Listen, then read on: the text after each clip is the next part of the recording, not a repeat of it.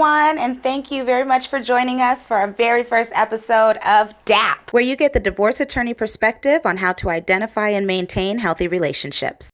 I thought it would be wise to start this season off where most stories start, at the beginning.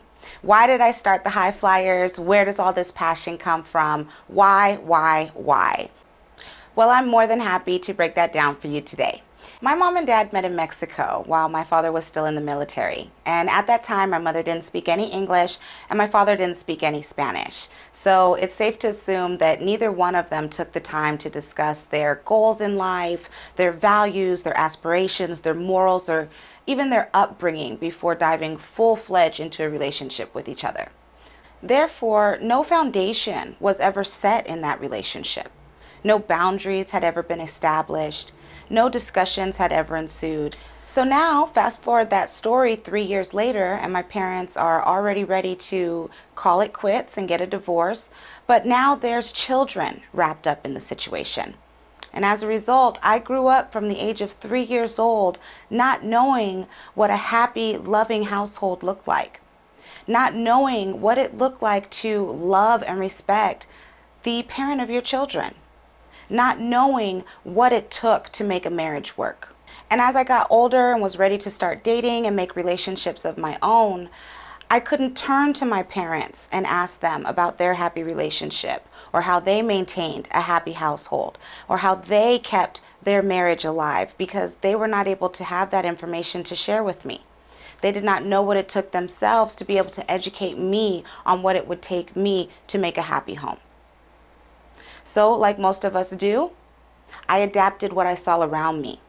I adapted what I saw on television, what I heard from friends, what I heard from peers, coworkers, colleagues, and I kind of came up with my own definition of what love and true happiness look like.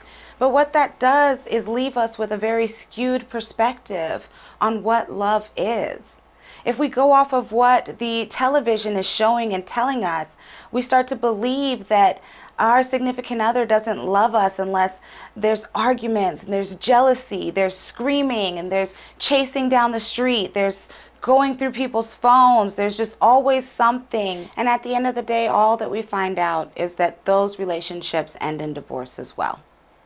And why? Because we are going off of other people's perspectives. We're going off of what celebrities are doing, what society is telling us to do. We are not knowing ourselves. We're not taking the time to love ourselves before loving somebody else. We're not taking the time to see what love is in ourselves before trying to be in a relationship. So now, after the divorce, we're hurt. And what's the thing that we know about hurt people? Hurt people hurt people. So after the divorce, you get all dressed up, go out, you try to prove to yourself that it's them, not you. Or you try to get someone new to show your ex, look, this could have been you. You try to get out and forget about the divorce, try to get out and get over the relationship. Sometimes we don't even realize that we're doing this out of hurt, that we're doing this out of pain. We think that we're completely fine. And you know who else doesn't realize that? The children that you had from those past relationships that are now watching you, watching your reaction, watching your emotions, watching how you resolve the situation. I remember being that child and wondering why my parents couldn't be together. I remember wondering why we couldn't have the happy household that I saw everybody else having. But what I quickly realized was that I wasn't the only one that felt that way, and that this happy household was something that a lot of people were missing out on. The way I realized that was because the music began to change. The music began to show the pain of our generation and the misguidedness of our parents' decisions. Instead of the smooth R&B that we were once used to, the love songs that had been sang by the Temptations, the Four Tops, by Smokey Robinson, Etta James, music was no longer like that. Now we have Cardi B and Meg Thee Stallion with Hot Girl Summer and WAP, teaching our children what love is and what a relationship should consist of and what love looks like. I also noticed it through the structure of relationship nowadays and the mind frame that a lot of us are bringing to the table in developing these relationships. Now it's cool to be in a situationship or have a boo thing. But what we think is cool now, we don't even realize is really affecting our children and the future generations to come. So as much as I go out of my way to teach my daughter how to understand herself before jumping into a relationship, what it means to love herself in order to be willing to understand a significant other. The more I talk to my daughter about being able to identify red flags and set appropriate boundaries in relationships, I know that it takes two.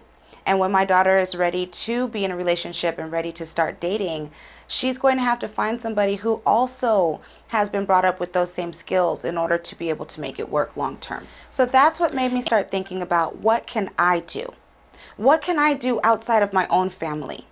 What can I do outside of my own home? What can I do to help the community, my culture, and my colleagues find a better way to elevate the way that they date? It seems to me that we prepare for everything else we want to be successful in, from school tests to job interviews to sporting events. But for some reason, we are okay just diving head first into a relationship that is ultimately going to decide the upbringing and the fate, the path of our children. So as a divorce attorney, I began to pay very close attention and pick up on particular patterns. What I realized is that if we knew better, we'd do better. Because none of us are required to take a class growing up on how to maintain healthy relationships. And most of us don't have the examples of our parents to show us what it takes to be in a long-lasting relationship. So we take what we can and try to piece together and come up with our own perspective. It was with this information that I decided to go back to school and become a relationship coach so that I could help strengthen us in an area where we don't even realize that we're weak. So for me, it goes far beyond divorce rates. It goes far beyond a passion for people's relationships. For me, it is a solution for the next generation. It's the upbringing for our children to be able to do right and to set them on a better path by being able to witness love in a household, by being able to witness strong relationships, to being able to witness respecting your significant other, loving the other parent of your children. Let's make that a trend. So those are some of the things that we're going to be discussing here on the Divorce Attorney Perspective. How to maintain healthy relationships by being able to identify red flags up front, being able to set appropriate boundaries in relationships, and knowing when to let go.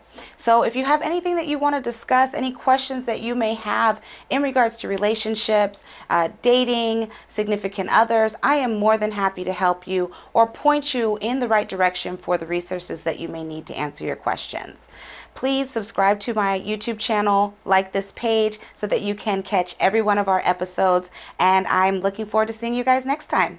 Have a good night. This episode of the Divorce Attorney Perspective is brought to you by the HighFliers, where we help professional singles elevate the way they date. Find out more at www.thehighflyers.com.